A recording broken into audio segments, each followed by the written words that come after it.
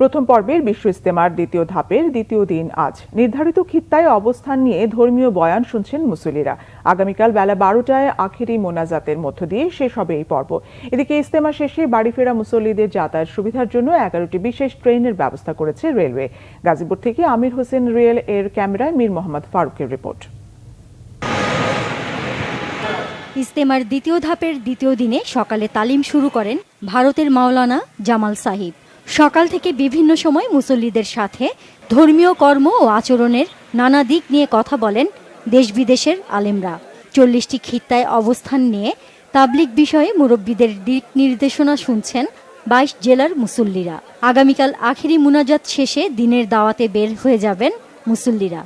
এই দাওয়াতের কাজ শিখে আমরা পৃথিবীর এক প্রান্ত থেকে আরেক প্রান্ত পর্যন্ত, উত্তর প্রান্ত থেকে দক্ষিণ প্রান্ত পর্যন্ত পৃথিবীর আনাচে কানাচে যেন আমরা এই দিনে দাওয়াতগুলো পৌঁছে দিতে পারি, সেই উদ্দেশ্যে আমরা এখানে এসেছি। প্রত্যেকটা মসজিদ এরকম ভরে যাক, প্রত্যেকটা মসজিদে আমল আলা হয়ে যাক, 1 লাখ আলা হয়ে যাক, প্রত্যেকটা মানুষ এরকম দিনদার হয়ে যাক। সাধারণ মানুষদেরকে কালিমা শিক্ষা দিবে, কালিমা নামাজ শিক্ষা দিবে, কিভাবে দিনের উপর চলতে পারবে সেই দিক নির্দেশনা দিবে। এইটা ওলামায়ে একরাম এই ইজতেমার মাধ্যমে, এই মিলনস্থলের মাধ্যমে সারা বাংলাদেশে পরিচালক কিভাবে, এটার জন্য আমাদের আশা।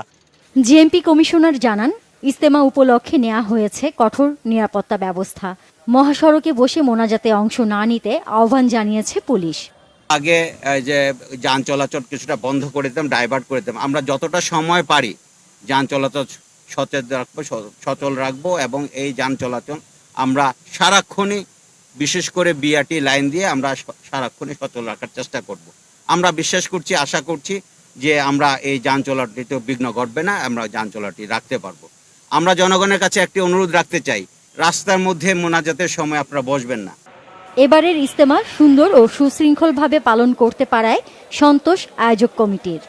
মুসল্লিদেরকে বা যে সমস্ত ভাইয়েরা এখানে ইজতেমায় দোয়ার জন্য আসবে, এনাদেরকে আমরা বলতেছি যে আগামীকাল আনুমানিক 12টার সময় দোয়া হবে এবং এখানে এনাদের পক্ষ থেকে অনেক সুন্দর আসা যাওয়ার একটা ট্রাফিকিং সুন্দর ব্যবস্থাপনা আছে। আমরা যারা এখানে আসতে চাই আমরা আসবো ইনশাল্লাহ, কোনো সমস্যা নেই। এবং 12টার পরে দোয়া শেষ হয়ে যাবে, 12টা থেকে স্টার্ট হবে, 12:30টার মধ্যে শেষ হয়ে যাবে। আখেরি মোনাজাত শেষে তাবলিগের দাওয়াতি কাজে বের হবেন দেশ বিদেশের ধর্মপ্রাণ মুসল্লিরা।